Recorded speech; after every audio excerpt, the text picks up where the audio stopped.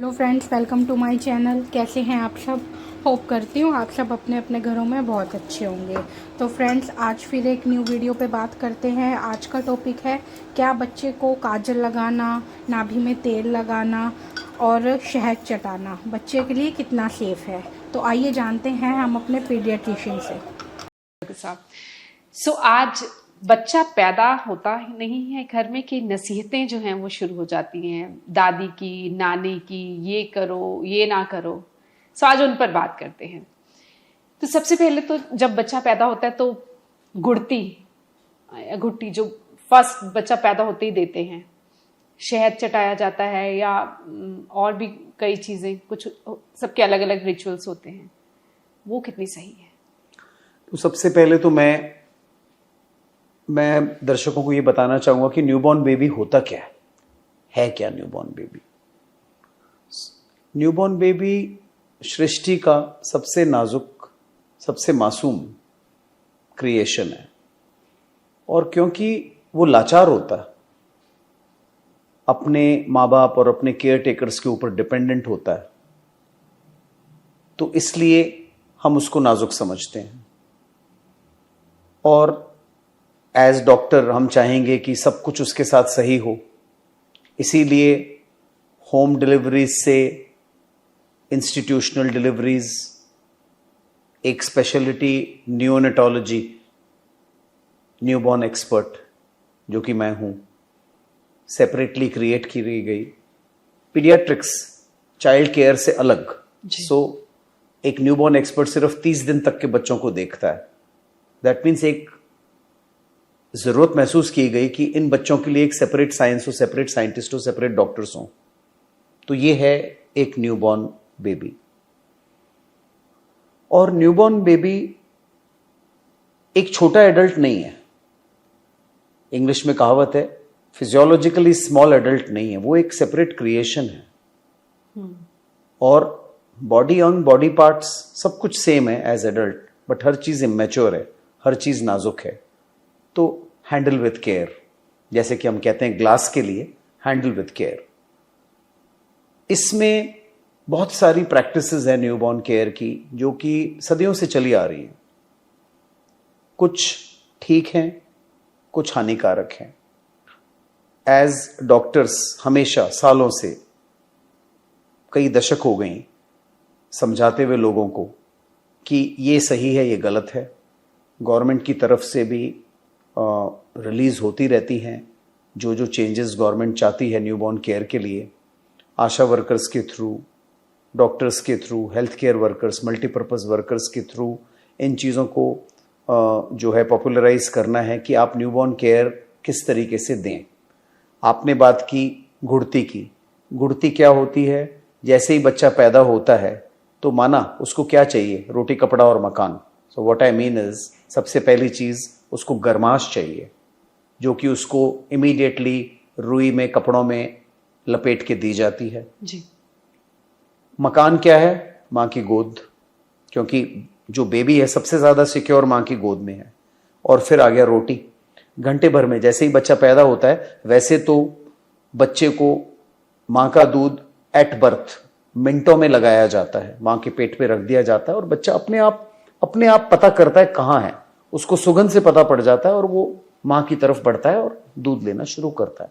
But कई communities में सालों तक, सदियों तक ये एक प्रैक्टिस है जिसमें कि गुड़ती दी जाती है। गुड़ती क्या है कि घर का कोई बुजुर्ग, दादा नाना, वो आएंगे और अपने हाथों से बच्चे को शहद, चीनी, बादाम रोगन, कोई ऐसी चीज उसकी जीभ पे लगाएंगे। अच्छा, कई बार अगर दादाजी को आने में 4 घंटे हो गए तो 4 घंटे तक बच्चे को कुछ नहीं दिया जाएगा। ये एक खतरनाक सिचुएशन है जिसमें कि बच्चे का ब्लड शुगर लो जा सकता है। यहां हम बात कर रहे हैं गोल्डन आवर फीडिंग की। गोल्डन आवर फीडिंग मतलब पहले घंटे के अंदर अंदर बच्चे को मां का दूध लगा दिया जाना चाहिए, नॉर्मल डिलीवरी हो या सिजेरियन हो, सो दैट बच्चा एक्टिव हो जाए, बच्चे को कुछ दूध मिले, बच्चे को कुछ कैलोरीज जाए, बच्चे का शुगर स्टेबलाइज हो, बच्चे का टेम्परेचर स्टेबलाइज हो।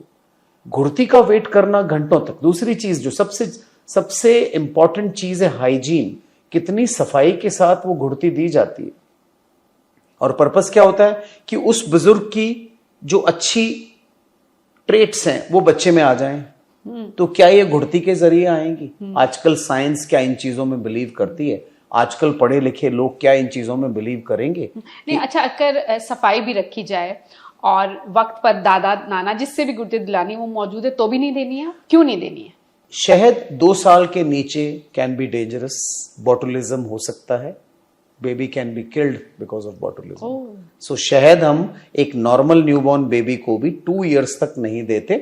लिखित है, हर जगह पता है सारी दुनिया में शहद क्या करता है। बच्चे के लिए सिर्फ मां का दूध, वो जरा सा चटाते तो वो भी नहीं। आप आशीर्वाद सर पे रख दीजिए ना हाथ, क्या वो काफी नहीं है? क्या बच्चे के सर पे हाथ रख के अगर उन्होंने 2 शब्द बोल दिए तो बच्चा क्या नहीं लेगा? सब अच्छे गुण लेगा ही लेगा। ये दिखावा किस बात का, जो कि हानिकारक है। सो न्यूबॉर्न हेल्थ केयर प्रैक्टिसेस को हम ये नहीं कह रहे हर प्रैक्टिस जो दुनिया में प्रेवलेंट है वो सभी हानिकारक है, नहीं, बहुत सारी अच्छी प्रैक्टिसेस भी हैं। माँ का दूध फर्स्ट जो है वो नहीं देना कुछ जगहों पर, सब तो नहीं, सब तो शायद ज्यादातर देते हैं पर कई नहीं देते। सो जब से गोल्डन आवर ब्रेस्ट फीडिंग आया है तब से जो educated community as well as जो कि बच्चे अस्पतालों में, क्लिनिक्स में आशा वर्कर द्वारा पैदा हो रहे हैं, डिलीवर हो रहे हैं, उनमें तो हर बच्चे को माँ का दूध मिलता है पहले घंटे के अंदर, सो दैट वो पतला पतला दूध जिसको कोलेस्ट्रम कहते हैं, जिसको कि साइंस कहती है बच्चे का पहला वैक्सीन, पहला टीका, बिकॉज इस कोलेस्ट्रम में इतनी गुडनेस है जो सारी जिंदगी बच्चे को मदद करती है। लाइव सेल्स होते हैं, लाइव एंटीबॉडीज होते हैं, आयरन होता है और काफी कुछ होता है जो कि बच्चे की मदद करता है। ठीक है, तो बच्चे के लिए कोलेस्ट्रम तो मतलब लाइफ सेविंग है, उसको डिस्कार्ड करना वो बिल्कुल गलत है। तो पहले घंटे में माँ का दूध मिलना चाहिए, मस्ट है। बिल्कुल। नेक्स्ट आता है नहलाया जाता है, उससे पहले मसाज, घी से मसाज, नहलाना है तो दूध या दही से नहलाना है, वो कितना सही है? नॉर्मली जब बच्चा पैदा होता है तो एक सफेद सा मटेरियल, चीजी मटेरियल बच्चे के शरीर पे होता है जिसको हम वर्निक्स बोलते हैं। वर्निक्स सृष्टि का नेचुरल प्रोटेक्शन है फॉर द बेबी, बच्चे को ठंड से बचाने के लिए। वो एक ग्रीजी कोटिंग होती है जो कि बच्चे को ठंड से बचाएगा। हम चाहते हैं वो ग्रीजी कोटिंग पड़ी रहे बच्चे के शरीर के ऊपर जब तक कि बच्चा 24 घंटे का ना हो जाए। इसीलिए सारे न्यूबॉर्न बेबीज को 24 घंटे की उम्र पे नहलाया जाता है। ओके। नॉट एडवाइजेबल कि हम बच्चे को इमीडिएटली नहला के एक साफ साफ सा बच्चा मां को प्रेजेंट करें, ना, नॉट एडवाइजेबल। 24 घंटे पे जब बच्चे का टेम्परेचर स्टेबल हो गया है, बच्चे को मां का दूध मिल गया है, बच्चा एक्टिव है, जो नेचुरल वर्निक्स है उतर चुका है, तब हम बच्चे को नहलाते हैं। ऑलराइट। कस्टम है बच्चों को घी, मलाई, दूध से मसाज की जाती है, उसके बाद नहलाया जाता है। हानिकारक है, नहीं करना चाहिए। कारण है घी इज फुल ऑफ बैक्टीरिया। घी से अगर आप मसाज करेंगे, मैं चैलेंज करता हूं एडल्ट्स को कि आप अपनी मसाज घी से करिए, देखिए आपके शरीर को क्या होता है। तो हम बच्चे पे एक्सपेरिमेंट क्यों कर रहे हैं? ये सिर्फ बिल्कुल जो न्यूबॉर्न है 1 दिन से 30 दिन तक के, या बाद में उसके बाद भी नहीं करना है? किसी भी बच्चे के लिए जितना हम मसाज के बेनिफिट्स ढूंढने की कोशिश करते हैं वो होते नहीं है। मसाज करें या ना करें? की जा सकती है, but let's be gentle to the child. तो किसके साथ? जब हम एडल्ट्स, कौन नारियल के तेल के साथ या और फिर किसके साथ? सो घी, मलाई और दूध के साथ तो बिल्कुल नहीं, क्योंकि इन तीनों से करने से इसी बच्चे को हम आगे जाके मिल्क एलर्जी की तरफ धकेल रहे हैं। It's a known scientific fact. सिर्फ मसाज करने से या नहलाने से? सिर्फ मसाज से। वो क्योंकि मिल्क प्रोटीन चमड़ी के थ्रू एंटर होता है और एलर्जिक रेस्पॉन्सेस करता है। इसी बच्चे को आगे जाके जब भी गाय का दूध मिलेगा ये बच्चा प्रोन होगा मिल्क एलर्जी को। It's established scientific fact. मेरे पास अगर कोई बच्चा इस तरह के सिम्टम लेके आता है, मैंने सिर्फ एक ही सवाल पूछना है उससे, क्या इस बच्चे को दूध से नहलाया था, घी से मसाज की थी? मोस्ट ऑफ द टाइम जवाब सही वही मिलता है। तो फिर आइडियली आप क्या रिकमेंड करते हैं? So ideally mineral oils, coconut oil, उससे मसाज की जा सकती है, जेंटल मसाज की जा सकती है। पर वंस अगेन, गर्मियों के मौसम में अगर आप मसाज करेंगे, क्या गर्मियों के मौसम में एडल्ट्स अपने चेहरों पे क्रीम लगाते हैं? क्यों नहीं लगाते?